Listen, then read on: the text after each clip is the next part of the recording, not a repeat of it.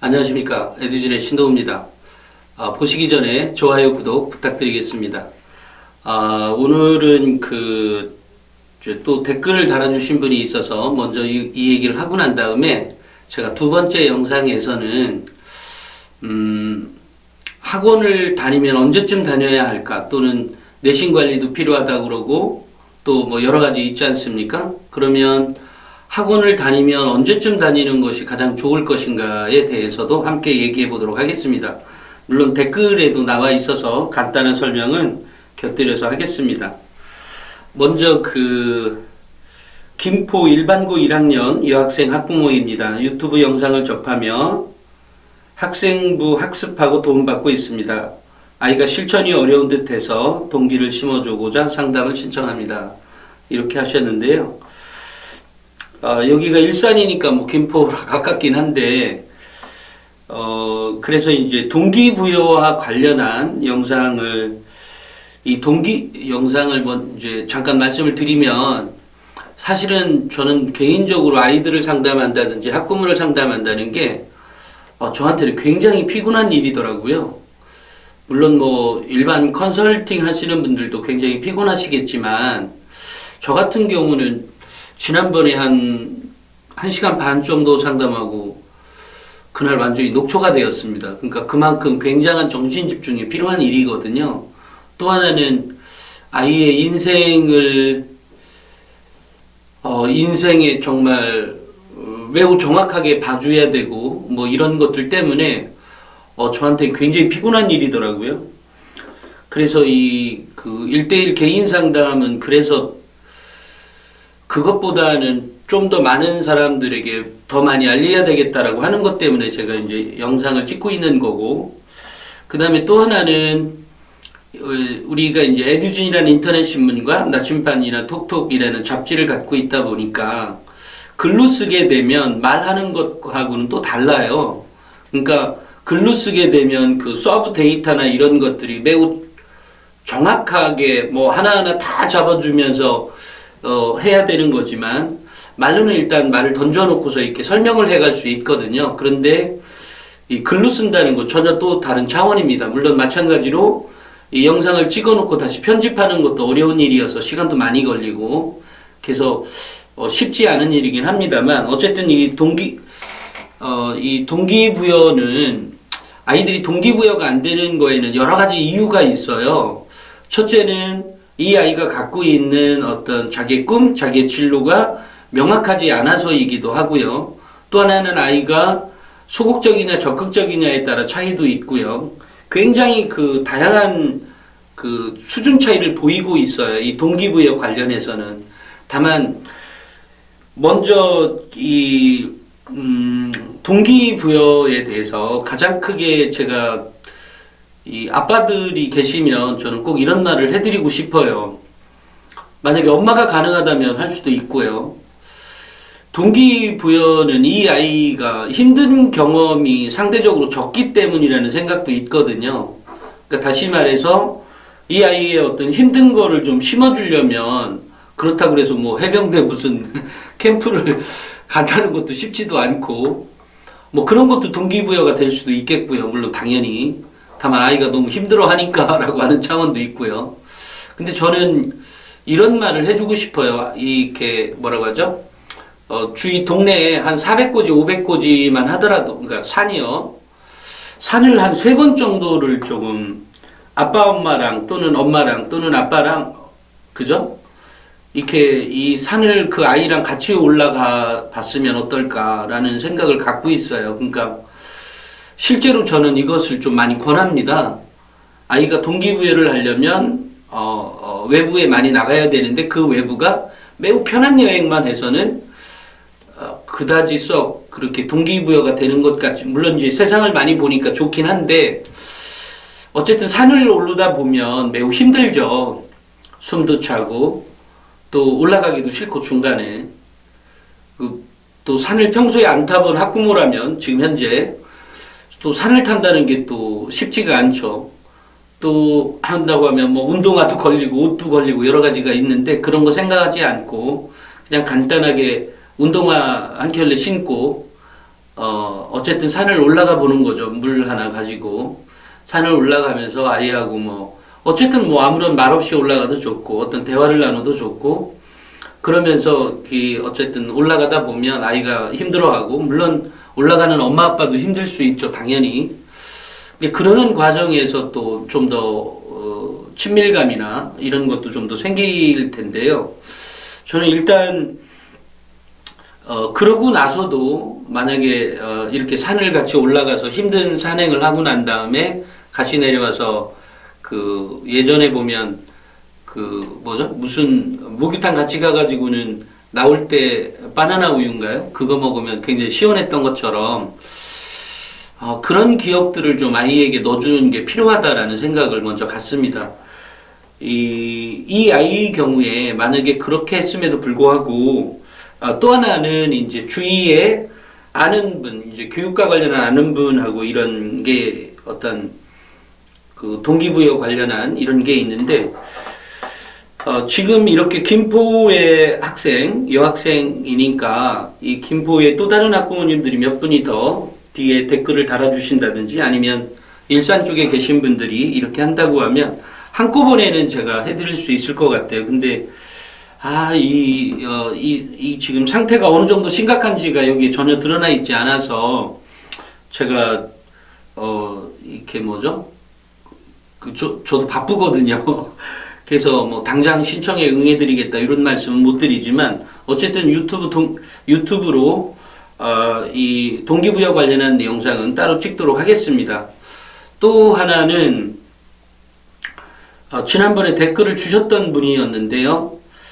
그 댓글을 읽어주셔서 감사합니다. 선생님께서 말씀해 주신 것 학교 수업이 정말 중요하다고 아이에게 얘기를 했습니다. 고등학생 초보 엄마이다 보니 아이와 좌충돌합니다. 요것은 이제 내용이 좀 길어서 제가 중간중간에 멘트를 넣도록 하겠습니다.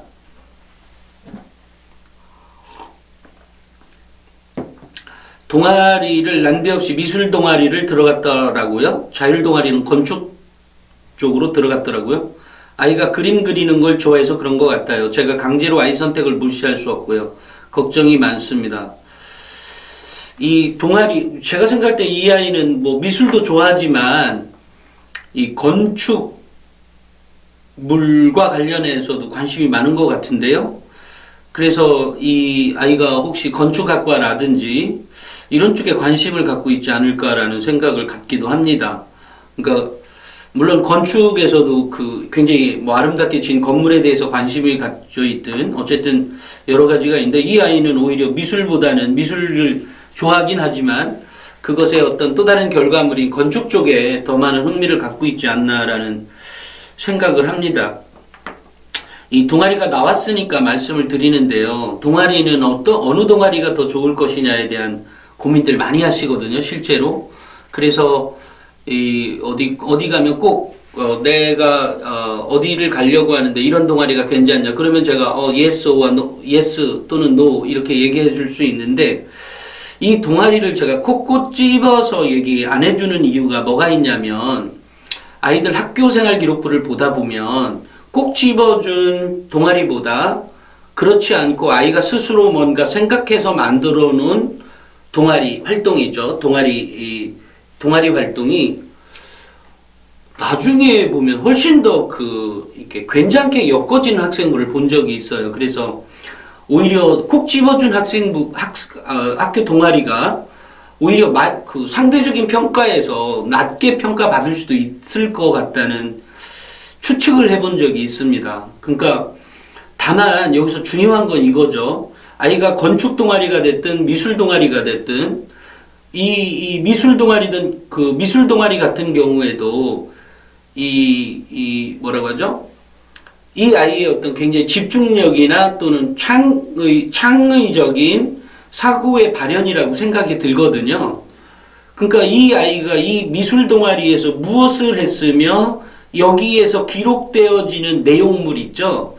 그 내용이 뭐냐에 따라 달라지는 것이지 이런 학과에 갈 거니까 이런 동아리 가야 한다. 꼭 이렇게는 단정 지을 수가 없습니다. 그러니까 어떤 것이 더 유리하다. 그러니까 그 전공과 조금 더 유사한 게 유리할 수는 있습니다. 분명히. 하지만 그것보다 이 아이가 미술 동아리나 건축 동아리에 들어가서 무엇을 했느냐에 따라서 얘가 나중에 이제 어느 학과를 가든 이 아이가 갖고 있는 역량은 거의 모든 대학이 마찬가지 아니에요? 서울대라고 하면 또는 뭐 서울대가 됐든 연고대가 됐든 저 밑에 대학이 됐든 제가 이제 초점은 늘 학교생활 기록 학생부 종합전형을 준비할 때는 늘 서울대를 목표로 정하라고 얘기를 했죠. 서울대가 요구하는 역량, 그것이 예를 들어 가장 중요한 건, 대학은 가장 중요한 건 뭐냐면 대학교에 들어와서 이 아이가 공부할 거냐 말 거냐거든요. 대학의 입장에서 보면. 그러니까 이 아이가 대학에 들어와서 공부를 잘할 거냐라고 하는 바탕이 그 동아리에서 활동에 있으면 더 좋은 거예요. 이것이 꼭 이 전공이니까 이거다 이렇게는 말할 수가 없습니다. 그러니까 미술 동아리 갔더니 이 아이가 나중에 뭐 예를 들면 나중에 나오는데 뭐 의대를 간다. 아빠 말을 듣고 내지는 어떤 이과 계열로 갔다고 해도 그 아이가 가져야 되는 역량은 책상에 오랫동안 앉아 있을 수 있는 능력인 거거든요. 그죠? 그리고 그 능력뿐만이 아니라 이 아이가 갖고 있는 집중력과도 관계가 있는 거죠. 또 하나는 또 우리가 뭐 이공계가 됐든 문과계가 됐든 어문 계열이 됐든 어느 계열이든 가장 중요한 건 의사소통 능력이죠. 그러니까 토론 동아리나 이런 것들이 상대적으로 높게 평가받는 이유도 이 아이가 갖고 있는 논리성이나 이런 것들에 좀 더 점수를 부여하고 있기 때문이거든요. 다시 말해서 미술 동아리에서 활동하는 게 꼭 그림만 그리는 활동이 있는 것이 아니잖아요. 미술 동아리라도 뭔가 나름대로 의사소통 능력이 있을 것이고, 의사소통을 하는 예를 들어 어떤 르네상스 시대에 미학과 관련해서 우리가 토론을 해봤다든지 그럴 수 있는 거잖아요. 꼭 토론 동아리에만 토론하나요? 그런 거 아니잖아요. 그러니까 또 미술 시간에 미술에서 이 아이가 어떤 그림 그리기 대회를 갔는데 나름대로 그 안에서 뭔가 굉장히 집중력을 갖고 정말 남들은 한 두세 시간 있으면 제가 미술을 정말 잘 못해서 잘 모르겠는데, 예를 들면 남들은 두세 시간 정도뿐이 집중을 못하는데 이 아이는 정말 7시간 내내 책상에 앉아 뭔가에 앉아가지고 이렇게 몰입을 해가지고 뭔가를 했다 이렇게 써져 있으면 좋은 거예요. 그죠? 의사도 마찬가지잖아요. 의사도 보면 수술 딸랑 1시간만 하는 게 아니잖아요. 2시간, 3시간, 어떤 경우 무슨 TV 같은 데 보면 10시간, 15시간도 있잖아요. 그러니까 이만큼 집중해야 되는, 또 긴 시간을 그렇게 해야 된다는 그 능력이 이 아이에게 있느냐 없느냐를 본다는 것이지, 동아리가 꼭 이 동아리가 맞고 저 동아리가 맞다? 물론 일정 부분은 있을 수 있는 얘기지만 꼭 그게 정답이라고 말할 수 없다는 얘기입니다. 이해하셨죠? 또 하나는 이제 아빠는 아이에게 기대만 높아서 치의학과를 가라고 얘기를 하더라고요. 이게 있는데 이제 엄마 아빠들의 욕심은 아무래도 아이가 안정적이고 좀 더 이 돈을 많이 버는 곳에서 일을 하기를 희망하죠. 누구나. 그리고 아이가 또 예의 범절도 좀 바르고 또 엄마 아빠에게 잘하고 또 어른들을 공경하고 이렇게 하기를 바라죠. 그러니까 학생부 종합전형도 마찬가지거든요. 그런 아이 어디 없나 이렇게 찾아보는 거예요. 그러니까 또 이제 그런데 이 치의학과 이게 지금 대학에 가보면요, 의외로 자기 전공과 자기의 적성과 흥미와 적성이 맞지 않아서 그만두는 애들이 의외로 정말로 많습니다. 그리고 또는 이제 그게 맞지 않으니까 복수 전공을 한다든지, 복수 전공이 힘드니까 이렇게 방황하는 아이들이 있어요. 이거 막상 와보니까 이렇게 뭐가 틀렸네? 이거 아니었는데? 이런 거요. 그러니까 제가 예전에 저희 실수담을 얘기한 적이 어디에 있었는데, 그런 경우 있거든요. 그러니까 저는 공무원이 매번, 제가 만났던 공무원은 매번 동사무소 공무원분이 없었으니까 매번 하는 일이 공무원이라고 하면 그런 일만 하는 줄 알았거든요. 근데 최근에 이렇게 보면 꼭 안정성을 얘기하는 게 아니고요. 저는 정말로 다양한 일을 경험해보고 싶었던 사람이었는데, 지방직 공무원들을 보면 정말로 다양한 부서에서 근무를 해요. 뭐 회계학과 갔다가 무슨 설비도 갔다가 뭐 정말로 다양한 부서에서 일을 하거든요. 저는 그거는 정말 저한테 너무 약간의 그 문화 쇼크, 충격이었습니다. 그러니까 사실은 업무를 정확히 알고 들어가는 게 좋다. 그러니까 아이의 흥미하고 맞지 않아서 학교를 그만두는 애들이 정말로 많거든요. 그러니까 이런 부분도 아마 감안을 하셔야 될 것 같다. 그러니까 아이가 아직은 자기의 꿈이나 이것이 엄마에게 명확하게 얘기 안 했는지 모르지만, 이렇게 나왔으니까 한마디 더 하면, 이제, 현재 고등학교 1학년이거든요, 이 아이는. 그러면, 고등학교 1학년 아이들은, 진로 희망사항란이 없어요. 없어지고, 진로 활동에 진로 희망사항을 기록하게 되어 있거든요. 그렇게 되어 있습니다. 그러면, 이 진로 희망사항에서 진로 희망사항을 적을 때에 적는 양이나 적는 수준, 적는 그 기록되어 있는 내용이 뭐냐에 따라서 이 아이의 깊이를 알 수가 있어요. 예.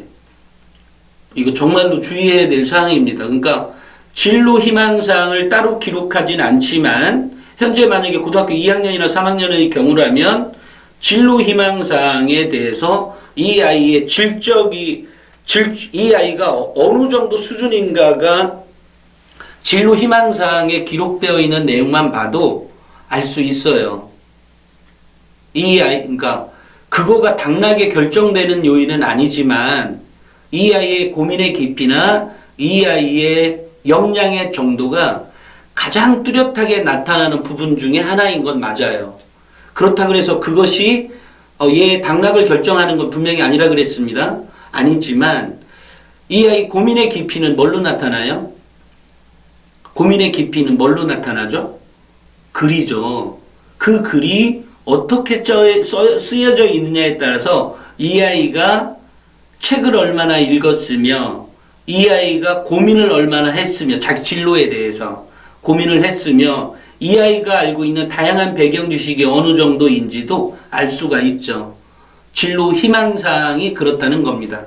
그러니까 지금 고등학교 1학년의 경우에는 진로 희망사항이라고 하는 것을 다른 난은 없지만 진로 활동사항에 들어간다고요.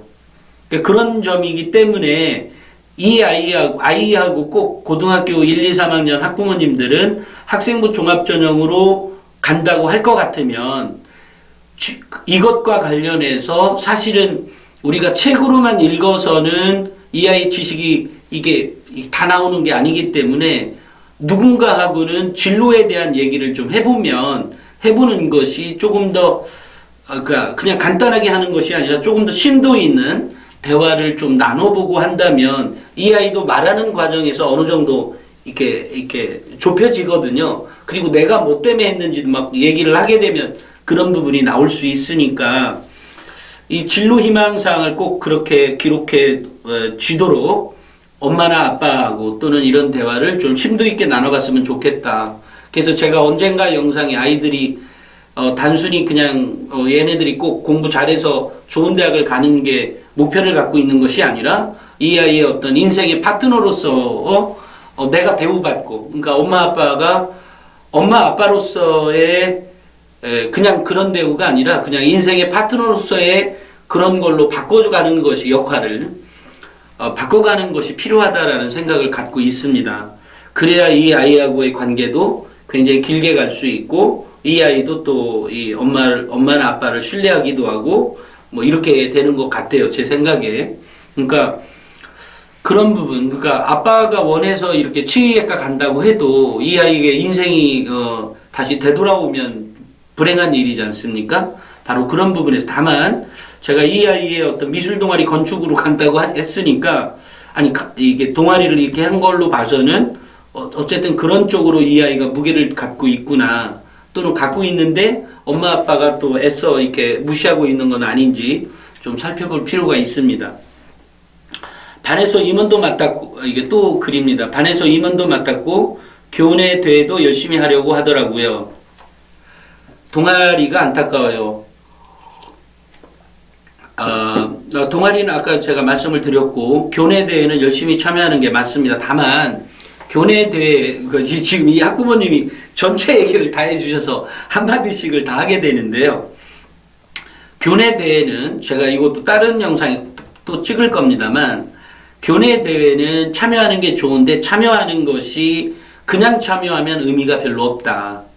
그리고 물론 얘가 상을 탄다고 해도 나중에 이제 하나만 그 통보를 하게 되는데 이 상의 의미는 저는 이렇게 봅니다.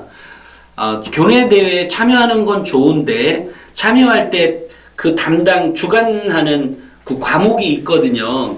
그 과목 선생님과 커뮤니케이션을 해야 한다. 이건 매우 중요한 자세다. 그러면 이게 이렇게 하면 선생님이 그러면 이 생기부에 뭐 그렇게 그 학생부에 뭐 기록을 이게 상에 대해서 해줄 수는 없거든요.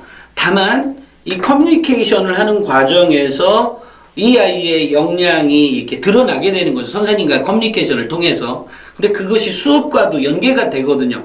매우 자연스럽게. 바로 그 지점 때문에 교내 대회를 참여를 하되 그 선생님과 커뮤니케이션이 없으면 뭐 하거나 말거나 뭔 상관이 있어요? 무슨 의미가 있죠? 물론 커뮤니케이션이 없으면 별 의미가 없다라는 거죠. 제 말은. 커뮤니케이션이 매우 중요하다는 겁니다. 여기에서. 그 다음에 이제 동아리가 안타까워요. 라고 했는데 이제 좀 전에 말씀드렸고 책은 많이 읽어라고 말은 했습니다. 독서 역량을 키워야 하는데 어떻게 해야 저도 더 연구해야 할 것 같아요. 선생님이 말씀해 주셔서 일단 에듀진 사이트에서 판매하는 기록장을 어제 인터넷에서 구매했습니다.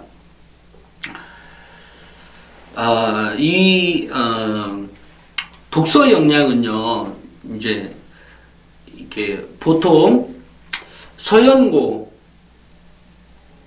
서울대를 가려면 한 달에 2권 정도씩 읽어라. 한 달에 1.7권? 한 2권 정도는 읽어야 될 것 같아, 한 달에. 서울대의 경우에. 또, 뭐, 연구대에도 당연히 그럼 더 좋다는 얘기예요. 책을 많이 읽으면 읽을수록 절대적으로 유리한 경기예요. 이 학생부 종합전형은. 왜냐면 독서에서 아이들이 많이 성장하거든요. 그런데 이제, 그렇게 하지 못하고 있는 거죠. 여러 가지 시간적인, 여유나 제한 뭐 이런 것 때문에. 어쨌든 독서는 이 책을 꼭 읽어라, 저 책을 읽어라 이런 건 없습니다. 다만 지난번 말씀드린 것처럼 문학과 비문학을 넘나드는 다양한 독서가 필요하다라고 제가 말씀을 드렸고, 그 다음에 이제 이런 독서에서 주는 역량들이 어쨌든 그 뭐 창의적 사고라든지 또는 뭐뭐를 분석한다든지 또는 종합적 사고를 한다든지 또는 비판적 사고를 한다든지 이런 것들이 드러나게 되어 있어요. 이 독서는. 분명히 드러나게 되어 있어요. 이 독서는. 그러니까 억지로 만들어져서 되는 게 뭐 이게 어쨌든 책은 많이 읽어라. 다양한 방면으로. 그래서 제가 나침반 36.5도 잡지라도 보라고 했잖아요. 그리고 그것을 기록장에 반드시 올려놓고요. 그런데 더더군다나 이제 우리가 인문교양 그 비판적 사고력 향상 프로젝트라는 걸 하려고 한다고 하는 거니까 제가 그런 면도 있고요. 그런데 여기에서 이제 독서 역량은 기본적으로 한 달에 2권 정도 읽어야 된다. 그러니까 애가 독서를 굉장히 빨리 읽어야 되는 거죠. 그러니까 책을 빨리 읽는다는 것은 물론 뭐 한두 권이야 뭐 천천히 읽는다고 해서, 근데 이 역량이 나중에 모의고사 평가에서도 이 도움을 크게 받아요. 그러니까 국어에서 성적이, 이것은 뭐 다음 시간에 찍겠습니다만 어쨌든 국어 역량의 정도에 따라서 아이의 평가가 아이가 더 성적이 올라갈 것이다 안 올라갈 것이다의 평가의 기준점은 국어 역량이에요. 얘가 독서력이 굉장히 풍부했다면 올라갈 수 있는 확률이 굉장히 많은 아이이고, 지금 현재 112를 다 찍고 있었다고 한다 하더라도 모의고사에서 이번 뭐 3월 모의고사에서 그렇게 112를 다 찍었는데 뭐 영어 정말로 좋아, 수학 정말로 좋아, 뭐 탐구도 괜찮아, 근데 국어 역량이 살짝 부족해서 뭐 이랬다. 이런 아이들은 시간이 갈수록 모의고사 성적이 더 떨어질 확률이 더 높다. 그러니까 국어 역량이 그렇게 중요한데 이 국어 역량의 힘은 독서에서 온다. 이런 얘기예요. 그래서 이 독서는 꼭 이 책 저 책을 가리지 마라 라는 얘기를 하고 싶고요. 그 다음에 저희 애는 지금 야자를 안 하고 국영수 학원에 다니고 있습니다. 아이가 야자를 싫어하고 저도 아이가 아직은 시간 관리를 잘못하고 그래서 믿을 수가 없어서 학원으로 보내고 있습니다. 이제 사실은 요거는 그야말로 컨설팅이 필요한 분야네요. 요게 오히려 야자를 안 하고 국영수 학원에 다니고 있고 아이가 야자를 싫어한다는 게 왜 싫어하는지는 모르겠어요. 아이들이 굉장히 시끄럽고 떠드는지 뭐 하는지. 아이가 아직은 시간 관리를 잘못하고 그래서 그 야자를 하는 것도 이제 학교마다 틀리잖아요. 수업을 하는 것도 있고 또는 자습을 하는 것도 있고 너무 틀려서 그리고 시간 관리를 잘못하고 이게 이제 그러니까 시간 관리를 잘못한다는 게 아이가 이제 만약에 요 앞에 계시다면 아이가 내가 몇 등급 정도 아이가 될 것 같다라고 말씀을 드리고 싶을 정도예요. 그러니까 그 정도 되면 아이가 그 정도 나올 겁니다. 그래서 믿을 수가 없어서 학원으로 보내고 있습니다. 이러면 이제 제가 이제 앞에 없어서 제가 말씀 안 드린다는 얘기 했죠. 그런데 이렇게 국영수 학원에 다닐 경우에 요건 제가 다음 시간에 어찌됐건 학원 언제 다녀야 되는지 무엇을 해야 되는지는 따로 찍도록 하겠습니다. 4월 말 중간고사 성적을 보고 1학년 기숙사 인원을 선발한다고 하네요. 이 기숙사 학교군요. 기숙사에서 들어가는 게 가능하면 학원은 끊고 보내고 싶습니다. 어떻게 자기 진로를 결정해야 할지 진로에 대한 학종과 소개서를 앞으로 만들어 가야 할지 걱정이 앞섭니다. 라고 했는데 그렇죠. 모든 학부모 1학년 학부모이 거의 같은 고민이신데요. 일단 제가 이거는 여기까지 하고요. 제가 다음 시간에 요 부분, 그러니까 그러니까 학원을 다녀야 되는지 말아야 되는지, 다니면 언제부터 다녀야 하는지에 대해서 얘기를 하고 싶어요. 잠깐, 하기 전에, 좀 전에 이 아이 지금 학원을 보낸다 그랬잖아요. 제가 이런 말씀을 지난번에 영상에도 했었는데, 이 학원에서는 이 학교가 만약에 사립학교라고 하면 또 얘기가 달라지는데요. 만약에 공립학교인데 이 아이가 다니는 학교가 공립학교인데 학원을 다니고 학교 수업에 이렇게 학교 수업을 얼마나 중요하게 하는지는 모르겠어요. 학교 수업을 제가 얘기한 것처럼 매우 집중해 주지 않으면 내신 성적 그렇게 잘 나오지 않습니다. 학원 공부했다고 그래서.